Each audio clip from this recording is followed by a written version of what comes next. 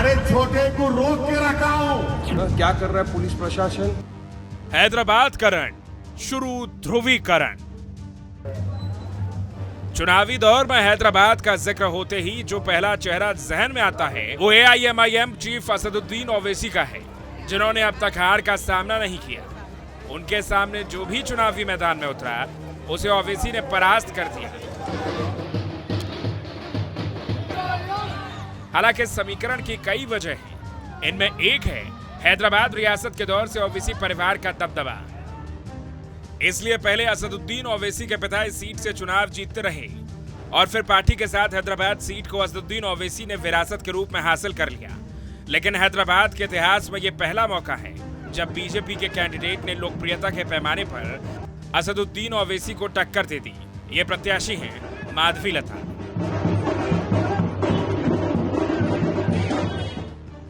माधवी लता के नाम की घोषणा से पहले शायद ही किसी ने राजनीति में सशक्त इस नाम को सुना होगा, लेकिन अचानक इसी नाम ने माहौल बदलकर हैदराबाद को हॉट सीट बना दिया और अब इसी हॉट सीट पर चौथे दौर में मतदान होगा।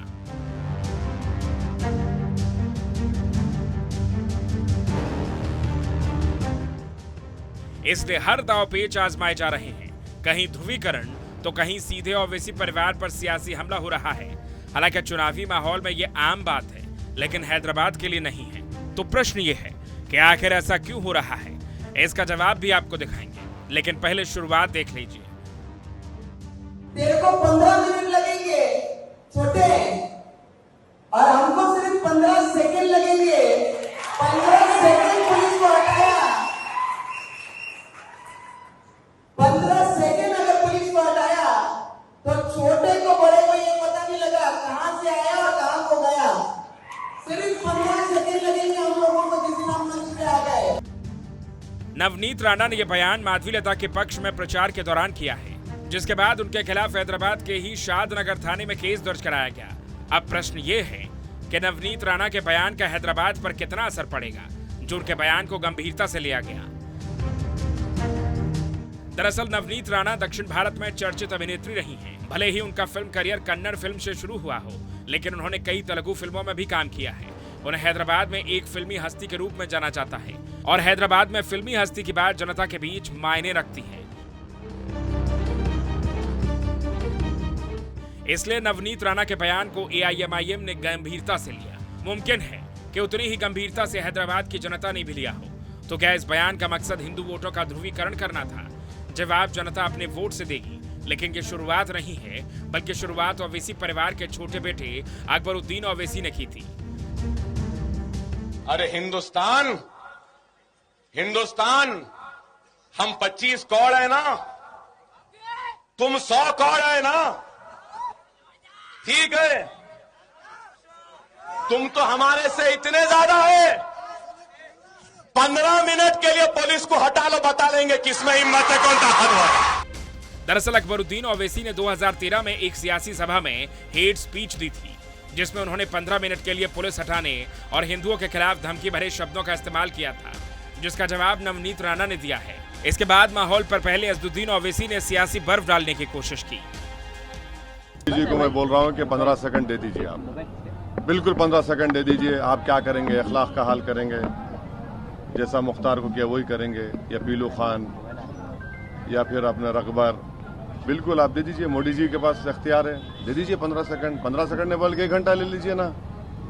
हम भी देखना चाह रहे हैं कि आप में कितनी इंसानियत अभी बाकी है या नहीं। यानी असदुद्दीन ओवैसी ने अपने बयान से खुद को पीड़ित भी बता दिया और ध्रुवीकरण का दाव भी खेल दिया, जो उनकी राजनीतिक परिपक्वता का प्रमाण है। लेकिन इसे जैसे ही नवनीत राणा का बयान धमकी के रूप में प्रचारित किया जाने लगा, वैसे ही माधवी लता ने मोर्चा संभाल लिया। हम यही कहना चाह रहे हैं कि भैया 15 मिनट क्यों, एक 15 सेकंड ले लो, अपना वोट डालो। ये जो भड़काऊ भाषण में मत आओ। सबका साथ, सबका विकास और विकसित भारत की ओर जाना है।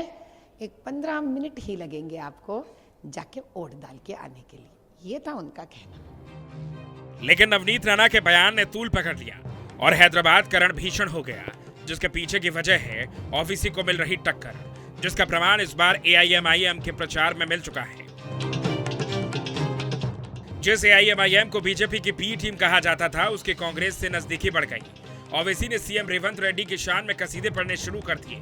कांग्रेस के साथ मिलकर एआईएमआईएम आगे बढ़ने की बात करने लगी है। सीएम रेवंत रेड्डी भी ओवैसी के लिए सॉफ्ट बातें करने लगे हैं। ओवैसी ने खुले तौर पर कांग्रेस को सहयोग का वादा भी कर दिया। हैदराबाद में बदली सियासी फिजा बता रही है कि बीजेपी की तरफ से इस बार कड़ी टक्कर मिल रही है। इसलिए ओवैसी बंधुओं के कांग्रेस के प्रति सुर भी बदल गए और इस मौके को बीजेपी भुनाने से पीछे नहीं हट रही है। 4 जून को भारत के विरोधी हारेंगे। 4 जून को आत्मनिर्भर भारत अभियान के विरोधी हारेंगे। 4 जून को सीएए कानून के विरोधी हारेंगे। 4 जून को यूनिफॉर्म सिविल कोड के विरोधी हारेंगे। 4 जून को वोट जिहाद की बात करने वाले हारेंगे। हैदराबादी भाईजान और तेलंगाना में कांग्रेस की सरकार पर पीएम मोदी ने सधे अंदाज में तीर चलाए हैं, लेकिन इन शब्दों की गहराई में आक्रामकता कम नहीं है, जिसका कारण है असदुद्दीन ओवैसी का वो ताजा तरीन बयान जो नवनीत राणा के बयान के जवाब में धमकी भरे अंदाज में आया है। अरे छोटे को रोक के रखा हूं, छोटे को बहुत रोक के रखा हूं। अगर जिस दिन मैं छोटे को बोला कि मियां मैं जरा आराम कर तो तुम संभाल लो, फिर तुम संभालो। छोटे छोटे तुमको मालूम ही क्या है छोटा क्या है नहीं मालूम तुमको। तोप है वो, बोर बच्चा है, सालार का बेटा है। बहुत मुश्किल से समझा के बिठाना पड़ता उनको, बहुत मुश्किल से। चुनावी माहौल को गरमाने के लिए असदुद्दीन ओवैसी की इतनी आक्रामकता काफी थी। बीजेपी के पास एआईएमआईएम को कटघरे में खड़ा करने का मौका खुद चलकर आ गया, जिसे बीजेपी ने एआईएमआईएम की ध्रुवीकरण की राजनीति के तौर पर भुनाने में कोई भी कसर नहीं छोड़ी।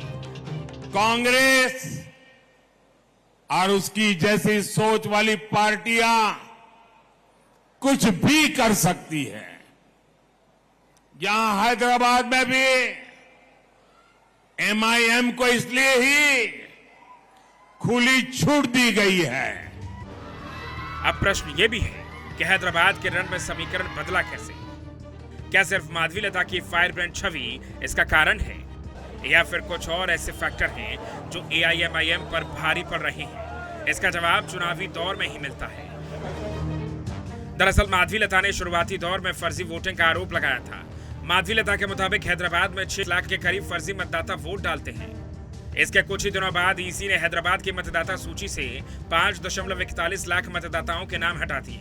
मतदाताओं के ये नाम हैदराबाद जिले की 15 विधानसभा में शामिल थे और इसके पीछे कारण ये था कि सूची में वो 47,141 मतदाता भी शामिल थे जिनकी मौत हो चुकी है। इसके अलावा 4,39,801 मतदाताओं ने अपना निवास बदल लिया है और 54,259 मतदाताओं के नाम सूची में 2 बार दर्ज हुए थे। इससे माधवी लता का दावा जनता के बीच एआईएमआईएम की नेगेटिव छवि लेकर चला गया। वहीं माधवी लता ने मुसलमानों के खिलाफ एक भी शब्द नहीं कहा। उन्होंने सिर्फ असदुद्दीन ओवैसी को टारगेट करते हुए मुस्लिम महिलाओं की समस्याओं को उठाया, जिससे मुस्लिम समुदाय में भी मत विभाजन की आशंका ने जन्म ले लिया और ये स्थिति एआईएमआईएम के प्रतिकूल है। कैसे? इसे वोटर्स के आंकड़े से समझिए।